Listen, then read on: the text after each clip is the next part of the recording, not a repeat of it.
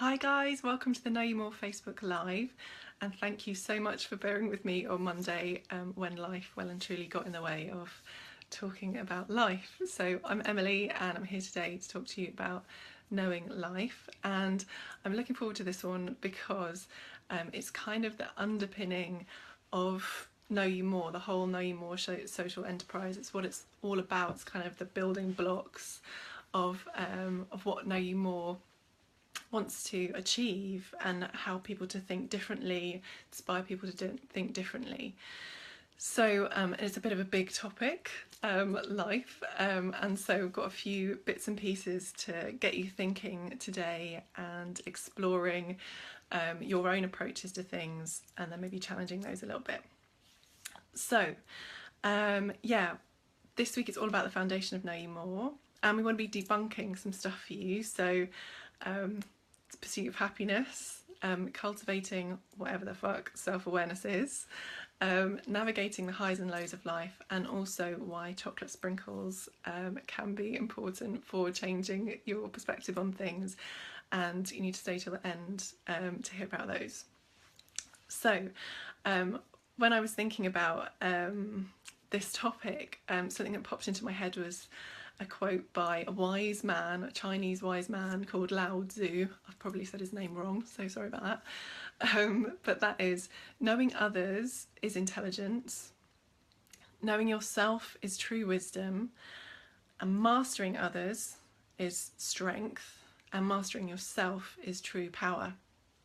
And you know, today we're kind of talking about self-awareness, and I think that's a really good example of kind of setting things up, really, because self-awareness is all about looking in, really, rather than looking out. And we all do this all the time, where it's really easy to kind of really clearly see what someone else is doing, what they're doing well, what they're doing wrong, and it's sometimes not quite so easy to look in and actually do the same for ourselves objectively without being massively overcritical.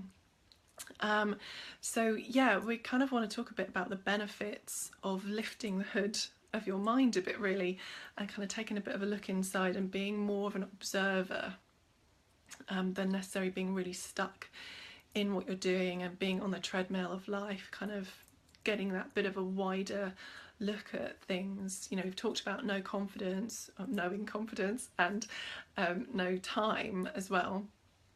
And those are both a little bit more tangible. This one's a bit more of a kind of stepping back, look at the big picture. And yeah, as I said before, these are the kind of building blocks for life. We're not talking about life hacks, quick fixes, handy hints today. These are kind of bigger topics that are more about almost philosophies or ways of thinking and ways of looking at life and the world, really. And just one little bit as well on the self-awareness stuff in terms of what it is, because everything that I'm going to be talking about in the next couple of minutes is kind of underpinned by this. So self-awareness really is kind of understanding yourself. It's kind of looking at how you respond and how you react to things, what your patterns are, what your buttons are, what your pressure points are, and kind of starting to get a little bit more familiar with what those things are. And you know, it's a kind of life understanding of these things. It's not overnight. You come from more of a place of clarity and realization and choice as well. You get to choose how you respond and act to things more if you know what you're doing, shining the light in instead of shining it out, as I said before. Okay, so let's jump on to our 5 building blocks. So number 1, probably a bit of a no-brainer, really, is perspective. So this is about stepping back. When life closes in, all those demands and pressures, everything's happening all at once, being able to remember perspective and stepping back, sticking your head out of the trench, stepping out of the situation for a bit, to properly look at it from the outside rather than being on that treadmill and in there, is a really, really useful thing to be able to do. You know, life moves in flows and cycles and ups and downs, and we know that's going to happen. We know there are going to be challenges and highs and lows. We know there are going to be painful bits and beautiful bits, heartbreak and amazing things that fill your heart. So it's more about kind of being able to know that and remembering, okay, this will ebb and flow and this will change if I step back and have a little look. You know, if we're on a treadmill, it's quite hard to kind of widen our gaze and to have a look. And this kind of brings us on to the second point. When you're on that treadmill, are you on the right treadmill? Are you heading in the direction that you want to head in? So building block number 2 is is purpose. So finding your purpose is actually quite a vital thing in some ways. It can be a tricky one to find, but again, building up that self-awareness and looking at, what's my purpose? What do I want to do in this life? What do I want to achieve and change? And your purpose can, you know, be huge or small purposes depending on what you're doing, and it will possibly change throughout your life. But actually having that as your underpinning is really, really useful, because it kind of helps you to have the motivation, the resilience to keep going when times are really tough. If you know you're really clear on what you want, it really helps you to get there. And actually, a lot of the Know You More coaches, we've kind of been hearing, and people have been joining up to coach within the social enterprise. One of the big things is that they said they wish they'd known earlier to kind of look at their purpose or look at things they really loved and they're really passionate about in their lives. So yeah, it's a really, really helpful thing to keep reflecting on. So I'm just going to quickly check and see if you've got any questions as well. So as we're going, please do leave comments and questions if you've got them. So I think we're good just now. Okay, so we've talked about perspective, widening your gaze. We've talked about finding your purpose, so you really know what track you're on. You really want to be on that track. You're not heading in a direction that you don't want to be going in. So then what happens if the waters get really, really turbulent in life and everything becomes really, really difficult? The next building block is stability. So really understanding what gives you stability in life is a really powerful thing. If we're coming from a place of our minds and our bodies and everything we're doing being really scattered, and we don't really know what we're doing, it's very hard to act from that place. You know, if you look at earthquakes or something, everything's wobbling, everything's shifting and changing so fast and so quickly, it's really difficult to actually build anything on that. So being able to cultivate a stable base is a really important thing, and that again is something that takes a bit of reflection and searching to find. For me, I know that and certainly I think I found this a lot during uni and then all through my life, physical stuff really helps me to find my stability, calms my mind down and quietens me. So, you know, running, rowing, different types of exercise, martial arts sometimes been quite good for me, and mindfulness too. So those things really help me to kind of re-stabilise, and once I've got that more stable base, it's much easier for me to make decisions and act from that place.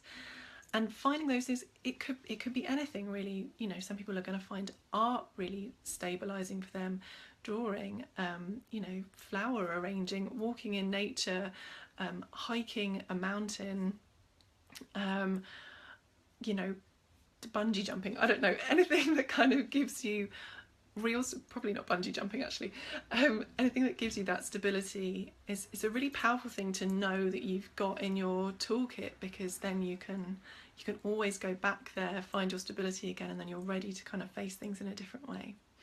So number 4 then, once you've taken your wider gaze perspective, you've found your purpose for the time being, and you've got your more stable base, is taking stock and building gratitude, being grateful for the things that you've got in your life. So gratitude's a bit of a hot topic at the moment, and I think for good reason, because the search for happiness is out there. Happiness is outside of you, or often is portrayed as that, you know, do this thing and you'll become happy, buy this thing and you'll become happy, and actually it's a bit of a kind of really changeable thing then, where gratitude is a bit deeper. It's actually more about the present moment, and what you're really grateful for right now and really thankful for having in your life. And the golden moments or golden things in your life, and they can be so tiny, but things that really mean a huge amount to you. You know, our brains are kind of wired to follow the path of least resistance and the default that we normally go to. And not all of us, but a lot of us can be guilty of maybe looking at the lack in life, or looking at the things that are maybe more negative. So it's really helpful to kind of build in a practice of becoming grateful, and you start to notice the things that are more wonderful in life. It's not to say bad things aren't going to happen, because life happens, but building that capacity to kind of see the greatness and the good things in life actually again builds a lot of resilience to things too. Okay, so last one, number 5 building block is don't hold on so tight. So this all means quite a lot to me actually, because I notice a lot that if I'm in a really, really challenging time, it does feel like stuff kind of closes in, and I almost hold on to it a bit more. You know, we kind of hold on to what we want to control, or we hold on to a specific mindset, or we hold on to an emotion because we don't want to express it, or we don't really want to feel it. And actually letting go a little bit and just loosening your grip is a really, really awesome thing to do and to practice. And you know, it's very easy to say, oh, just let go of it, and sometimes that's really, really difficult. Or maybe letting go of the resistance to something being there is actually as important. You know, kind of going, well, right now I do feel really crap, or I do feel really angry, or really this, and that's okay. You're a human being. It's okay to feel those things. I think the film Inside Out beautifully represented letting go a bit more, you know, kind of holding on versus pushing away, and versus accepting all the many different things that come into our experience in life. And that if we just open up a little bit and look around when we're stuck in something, it can really help to change our perspective on things. And this is also where the chocolate sprinkles come in. You thought I'd forgotten. This is really about breaking routine. So this was on a program this was quite a few years ago, and it was about approaching challenges more creatively, or with many more different options. And this guy was experimenting with people really changing their routine before they did the challenge, to see what would help them think more openly. And one of the things was breaking routine, and he was getting people to eat their breakfast in different ways. So I think this was in Holland or somewhere, where they have chocolate sprinkles on toast in the morning. So he was saying to them, right, instead of getting your toast, buttering it and pouring your chocolate sprinkles on and then eating it, he was like, I want you to pour the chocolate sprinkles all over the plate or all over the table, and then put the butter on your bread and put it upside down, and put the sprinkles on and then eat it upside down. So they were kind of doing things that were different, and it was making them laugh a bit, and it was just changing their routine and shaking things up a bit. And the people that did that then performed way better in the test. They were quicker, and they were more able to think of different ways of approaching the challenge. So it's a kind of stupid example, but you know, remember that changing your routine and changing things, if you're really stuck in a quagmire or something, or you're on that treadmill and it just feels like everything is going, and they always say change is as good as a rest. Well, yeah, maybe change something, change the route to work, change something, and see if that makes a difference in terms of your mindset and the way you're viewing something. It could be a really great thing to do. So those are our 5 building blocks for life. So we've got perspective, stepping back, having a look at the wider picture. Purpose, finding what you really, really want and believe in, and where you want to go, and using that as your kind of almost compass to guide you on the many ebbs and flows of life. And then stability, so finding what really helps you to feel stable when the waters get really choppy. Really know that, so you've got that in your toolkit and you can go to it whenever you need to. And number 4 is gratitude, so really just reflecting on what you're really grateful for in life, rather than searching for new things all the time. Think about what you've already got and you're really, really grateful for, and it'll start to allow you to see how much you have in your life already. And number 5 is don't hold on so tight. So yeah, loosen your grip a little bit, change things around, see if that helps you to change the way you're thinking about something. So those are our 5 building blocks today, and it looks like we're good in terms of comments and questions. So I will be back next Monday again at 5 o'clock, and we're going to be talking about knowing motivation. So some of the bits we've talked about today, we're going to go into a little bit more deeply as well, and add in some new things as well to think about what really motivates you, what really drives you, how do you find your mojo when it's disappeared. So yeah, join us next week and have a fantastic weekend. Cheers, bye.